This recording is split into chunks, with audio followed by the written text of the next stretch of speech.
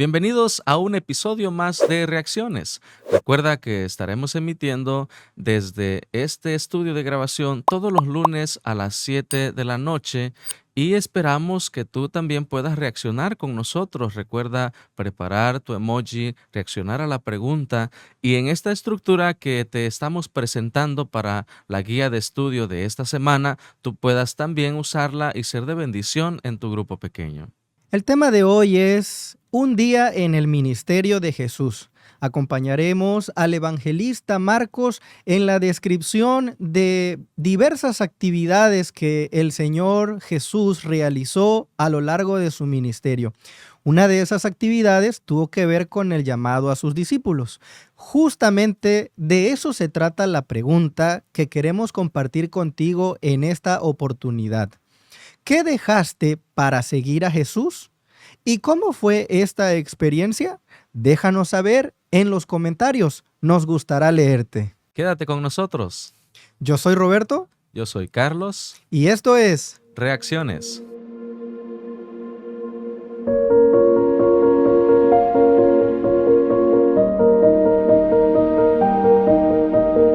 La primera idea en la que hemos de analizar la guía de estudio para esta semana se presenta a través de que los evangelios nos muestran que el ministerio de Jesús netamente era misionero.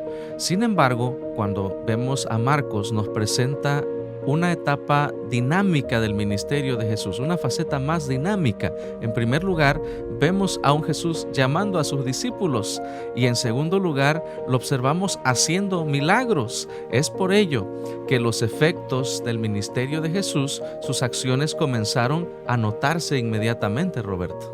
justamente esto que mencionas, es lo que hace la conexión para que analicemos la primera estación de un día en el ministerio de Jesús.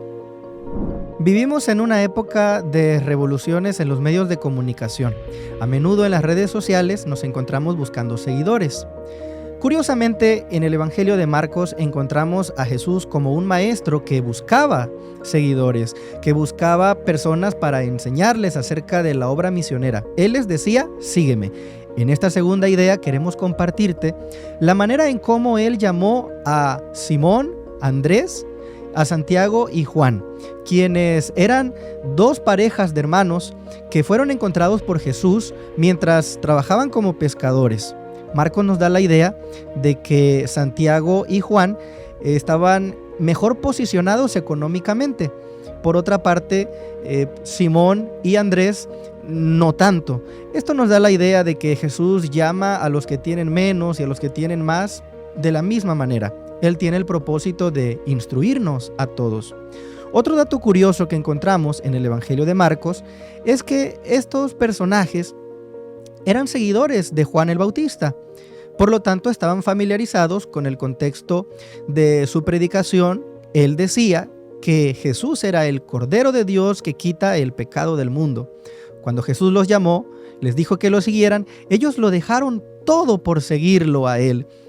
¿Qué has dejado tú para seguir a Jesús? En esta tercera parte de la estructura para la guía de estudio, queremos presentarte algo que está descrito en el Evangelio de Marcos capítulo 1, versículo 21 al 28. La narración bíblica expresa que la gente que estaba escuchando el mensaje de Jesús era sorprendida, su reacción era bastante interesante porque cuando escuchaban las enseñanzas de Jesús, el texto bíblico dice que enseñaba como quien tiene autoridad. Es decir, el mensaje que Jesús enseñaba en las sinagogas y llama la atención porque en Capernaum cada sábado comienza Jesús a llegar a la sinagoga. Esto permite ver una escena de adoración en el contexto en el que Jesús enseñaba que permitía que también sus seguidores adoraran a Dios en el día sábado. Sin embargo, cuando nosotros vemos en la enseñanza que daba Jesús, surge en la escena un personaje, un hombre que dice el texto bíblico tenía un espíritu de demonio. Jesús, como hemos estudiado y enseñado, vino a buscar y salvar lo que se había perdido. Sin embargo, ahora en la expresión que hace este hombre con el Espíritu, reconoce quién era Jesús y alude al decir que si Jesús había venido a destruirlos. Obviamente, a los seres humanos no, vino a buscarlos y a salvarlos. Sin embargo, quien hablaba a través del hombre era un espíritu de demonio.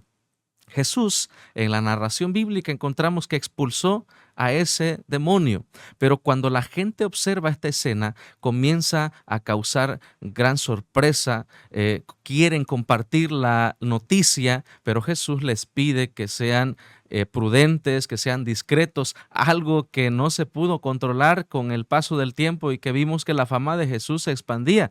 Sin embargo, Jesús daba las recomendaciones porque por algunas razones políticas no era el tiempo ni el momento. Sin embargo, Jesús buscaba que la gente comprendiera cuál era en realidad el propósito de la misión que él había venido a cumplir.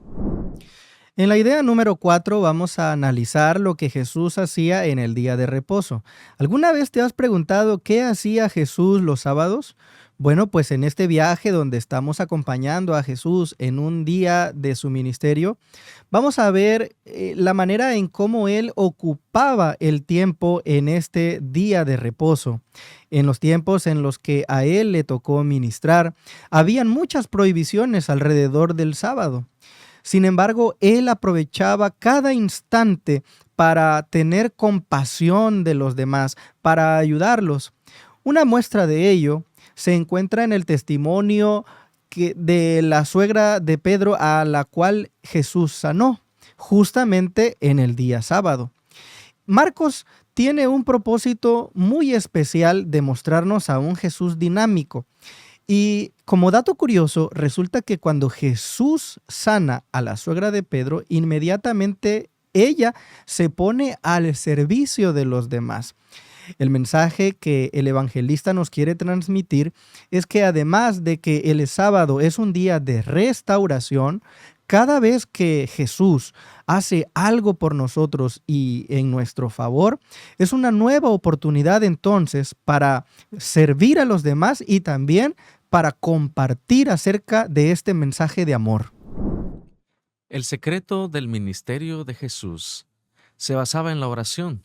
El Evangelio de Marcos describe que Jesús se levantaba antes del amanecer. Eso significa que usted y yo, que conocemos aproximadamente el horario en el que va amaneciendo entre las 4 y 5 de la mañana, no era el horario en el que Jesús iba a orar. Nosotros usamos un término llamado la madrugada.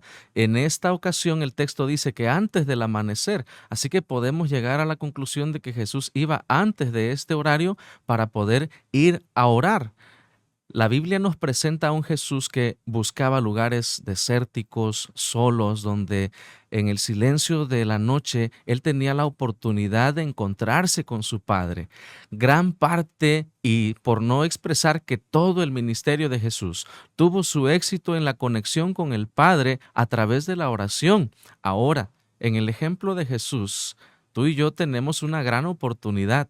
Si Él buscaba conectarse con el Padre a través de la oración, tú y yo también debemos reconocer la necesidad de orar cada día, a cada instante, tener esos espacios de comunión con nuestro Padre para poder tener fortaleza en nuestra vida espiritual. El ministerio de Jesús fue exitoso porque Él dedicaba tiempo a la oración, al crecimiento espiritual, y nosotros podremos también tener éxito como seguidores y discípulos de Jesús si alimentamos nuestra vida espiritual a través de la oración.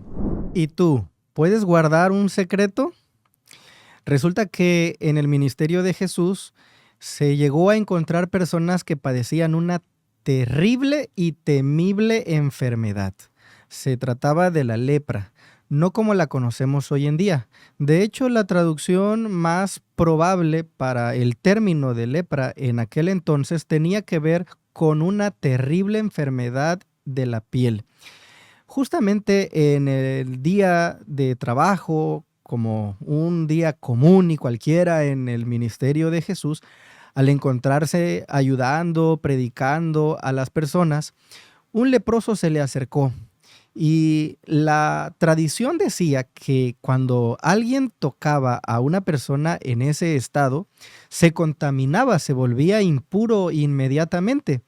Pero Jesús tuvo compasión de esta persona que le dijo, si quieres, puedes limpiarme. Marcos registra una idea bastante profunda que tiene que ver con el hecho de que Jesús no se contaminó porque cuando él lo tocó, lo purificó. En ese sentido, entonces Jesús lo estaba declarando limpio. De acuerdo con las normas y las reglas de ese tiempo y del templo, él le ordenó que fuera a presentar una ofrenda de acuerdo con la ley de Moisés, lo cual también nos revela la armonía que hay entre el ministerio de Jesús y las enseñanzas bíblicas antiguas. Jesús también le dijo a este hombre que fue sanado por su poder milagroso, que guardara silencio y que no le dijera a nadie acerca de este milagro que había ocurrido. La idea de esto tenía que ver con no expandir la fama de los milagros de Jesús porque no había llegado el tiempo. No porque él no quisiera seguir ayudando a otros, al contrario, probablemente él tenía que contenerse de no ayudar a otros que estaban en la misma condición. Pero todo era por el propósito de que llegado el momento, entonces se pudiera compartir que Jesús era un nuevo maestro y que traía milagros de salvación. Jesús demostró tener autoridad para poder llamar a las personas para ser sus seguidores. Se compadeció de los enfermos y también demostró la capacidad de poder depender de Dios a través de una vida de oración y tener un ministerio ocupado y dinámico en la oración. A través de su ministerio, que fue clave e importante, Jesús ejerció un ministerio para la salvación de aquellos que necesitaban escuchar un mensaje de esperanza, sanidad y sobre todo de tener la relación cercana al Maestro de Maestros. No te olvides de responder a la pregunta de esta noche. ¿Qué tuviste que dejar para seguir a Jesús? Cuéntanos cómo fue esa experiencia y acompáñala con tus emojis. Explícanos y nos dará mucho gusto conocer cuál es tu experiencia personal con Cristo. Esperamos que esta serie de ideas te hayan servido en el estudio de esta semana y que puedas compartirlas con tu grupo. Te esperamos en el próximo episodio de Reacciones. Recuerda, los lunes a las 7 de la noche.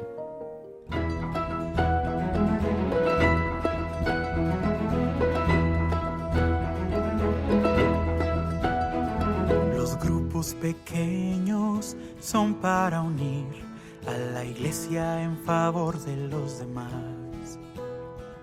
Su formación es idea de Dios y Él es alguien que no puede errar.